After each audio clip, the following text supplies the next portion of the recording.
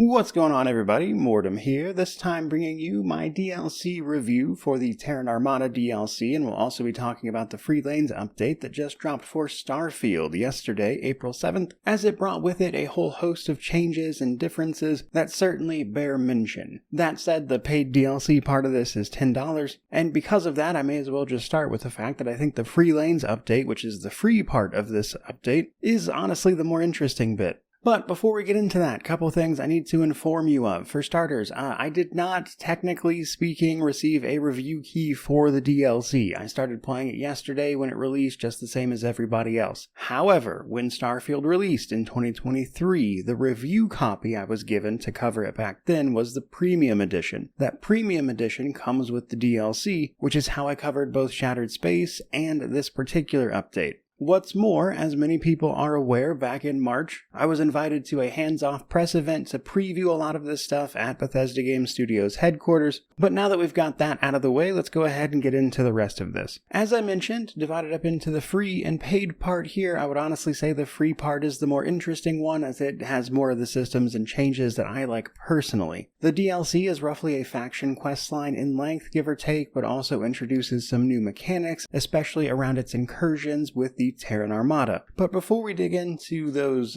fully, I want to start this by saying that neither of these updates, either the DLC or the free part, totally reinvent the wheel here. I think they have addressed some criticism that the game has received, and some of those updates are really fun, like the X-Tech, which I'm about to get into, but I also really don't think any of these changes are going to move the needle for people who already did not like the game. It coming to PS5 at the same time offers the ability for it to reach a new audience of people who haven't played it and thus haven't made up their mind. And so the game has not fundamentally changed in any way, but I think both the free update and the DLC make a lot of great changes that really refine the experience that was already there. But with all of that said, let's actually dive into what some of those actually are. Starting with the Free Lanes update. This is the free part that you're going to get if you simply own the game. One of the biggest changes straight away is cruise mode. So this basically gives you more to do as you actually move through the vacuum of space. Space and planets are still separated by a loading screen. However, now when you are out in space, you can use cruise mode to quickly travel between locations, be that planets, random events or encounters that might pop up, or of course your quest objectives. You can lock onto these and set autopilot if you want, get up, roam around your ship while that happens, and even experience some of the game's new encounters as you go. Now what's interesting here is the way that autopilot actually works. If you are locked on to a particular place in the distance that you're going to try to go to, the ship will bring you there and then drop you out of cruise mode at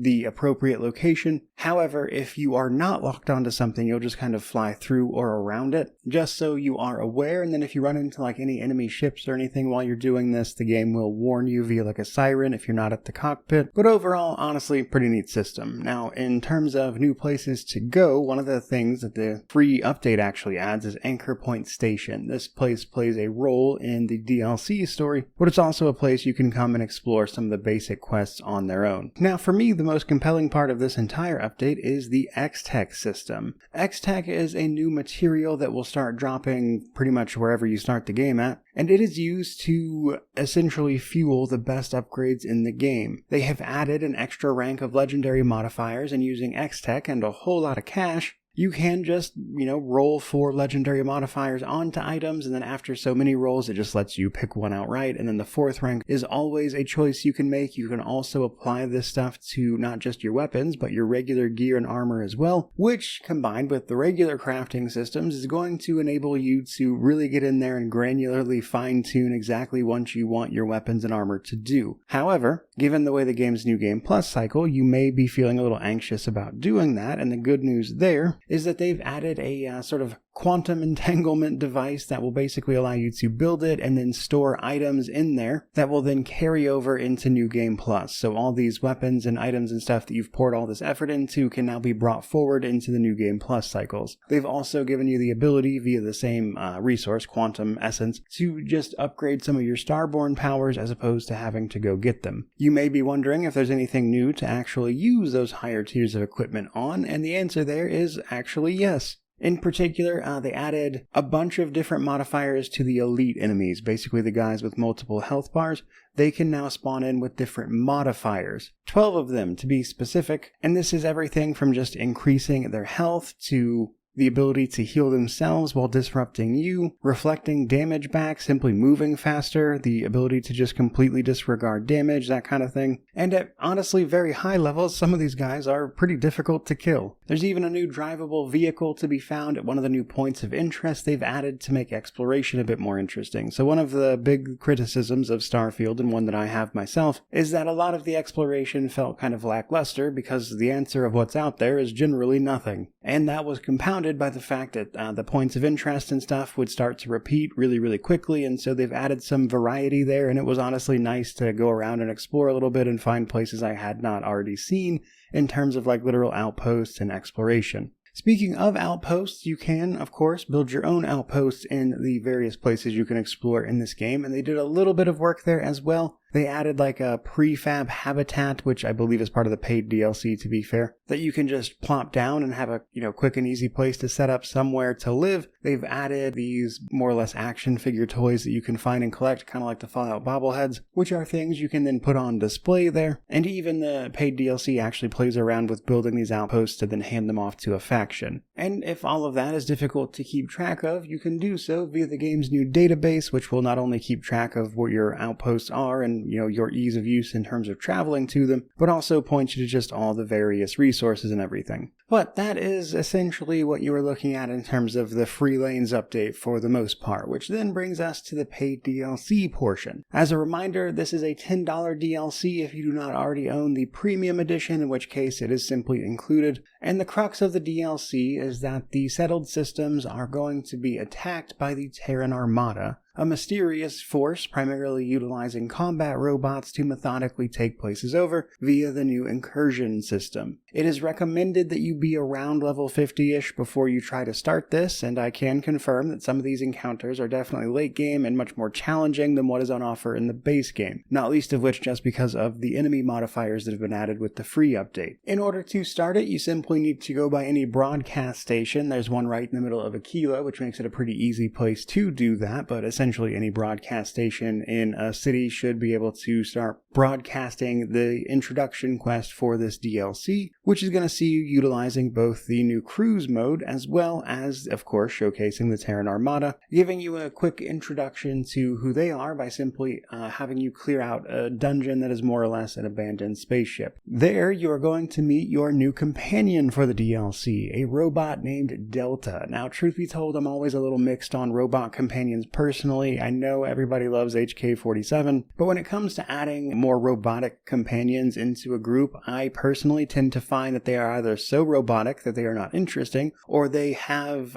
such a personality that they don't feel like a robot at all, and then it kind of makes it feel silly at that point to me. It's always kind of a fine line there. Delta tries to play around with that middle ground, especially once you finally track down his creator, which is what he's going to ask you to do. The good news is he's also down for helping to stop the Terran Armada because he's been modified by his creator to not just mindlessly follow their orders thanks to his X-Tech upgrades. From there, you're going to run into some like-minded people who also want to stop the Terran Armada and are unsurprisingly then going to help you do just that, which is mostly done by tracking down the incursions. The incursions are the primary system of this DLC. When the Terran Armada shows up somewhere, anyone nearby is going to be incapable of grav jumping away, which means you're going to have to actually fight them head on. And I have noticed that some of these incursions range from like 2 or 3 ships, plus the larger, more dungeon area that you're going to have to go into and shut down. Once you've actually boarded the ship, which starts with this sort of like luxury liner, and then afterwards you're going to go to more generic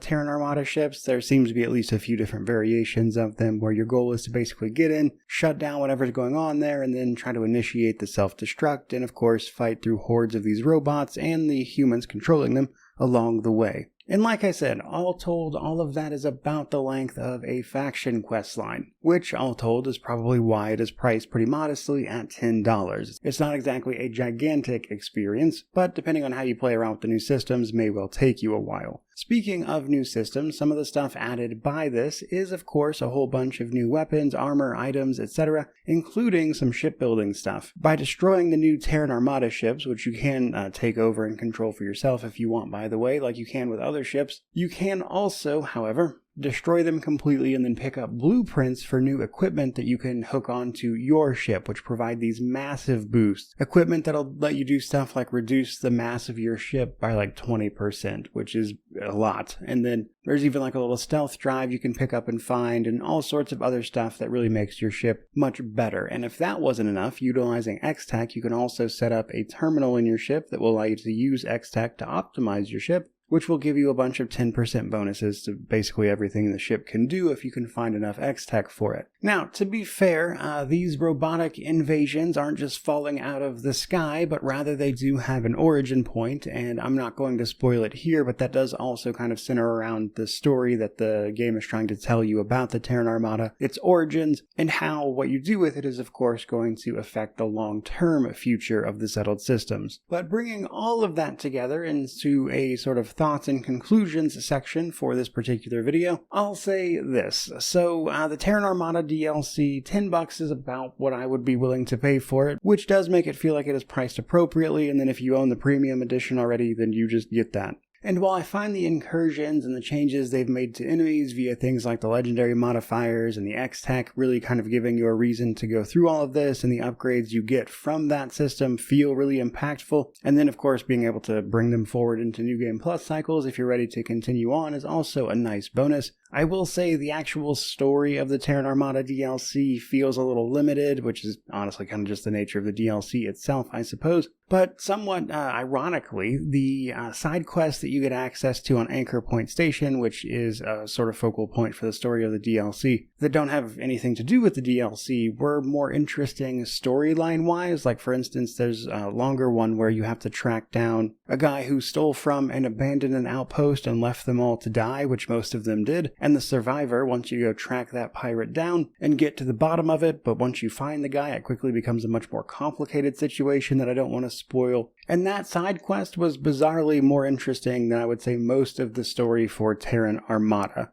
Which is all to say, the narrative of that DLC isn't really doing it for me, but everything else surrounding that narrative is honestly really fun, and I think a great refinement of what Starfield already had. And probably unsurprisingly then, if the case for this DLC is the case that is very often the case for DLC in general, which is that if you liked the base game, you'll probably enjoy the DLC. I think it does a great job of refining a lot of things, addressing a bit of the criticism it has received, but also it does not fundamentally change the game or anything. And so, if you liked Starfield, I think you're going to love these updates and the DLC. I think they add a lot and do a great job of, again, refining everything. On the flip side, if you did not like Starfield previously, I sincerely doubt this will change your mind in any capacity. Speaking purely for myself, however, as somebody who I would say mostly took issue with Starfield's exploration and how it kind of removed the sandbox of things that I really enjoyed so much of previous Bethesda titles for as like really the primary reason in many cases, that's still something that kind of feels lacking here to me, but all of these other systems and updates, especially the X-Tech, I like that the most, were really fun, and given that most of this stuff is free and